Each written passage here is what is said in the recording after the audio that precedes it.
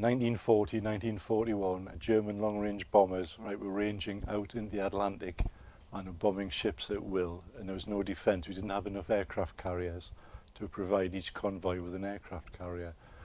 So someone came up with the idea of actually mounting a catapult on the bow of a normal merchant ship. This was the catapult-armed merchant ship, or CAM ship. Now this was pioneered by J.L. Thompson, one of whose plans we found, and this is for the SS Empire Moon.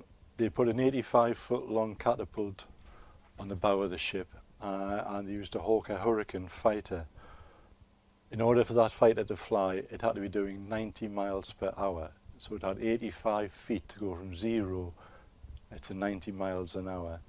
They accomplished this by fixing rockets, obviously, to a sledge on which the Hurricane was sitting.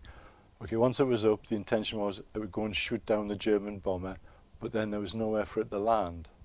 So the pilot either had to bail out, or in fact, they had to put the Hurricane down in the sea and be rescued with a ship.